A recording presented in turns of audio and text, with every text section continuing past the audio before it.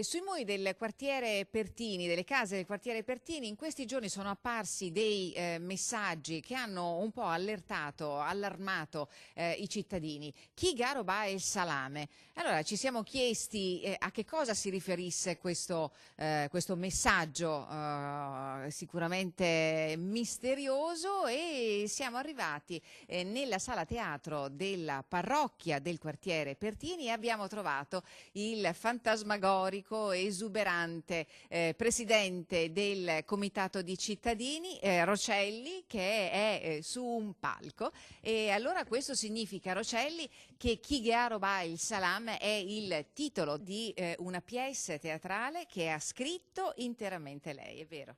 Sì, è vero, mi sono cimentato anche in questa fatica, però credo che i miei concittadini apprezzeranno moltissimo. D'altronde il salame che è sparito, tutti lo stanno cercando, e il giorno 14 qui su questo palco verrà svelato chi è stato il ladro. Lei ha mobilitato i residenti che si sono prestati a diventare, a indossare i panni dell'attore per recitare assieme a lei.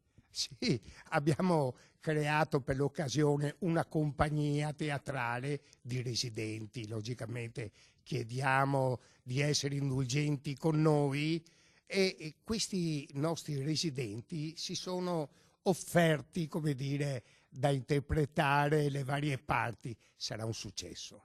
Non ne chiediamo naturalmente di svelarci chi poi ha rubato veramente il salame, quindi che cosa si cela dietro a questo interrogativo, perché l'importante è venire a teatro domenica. Vuole ricordare l'appuntamento?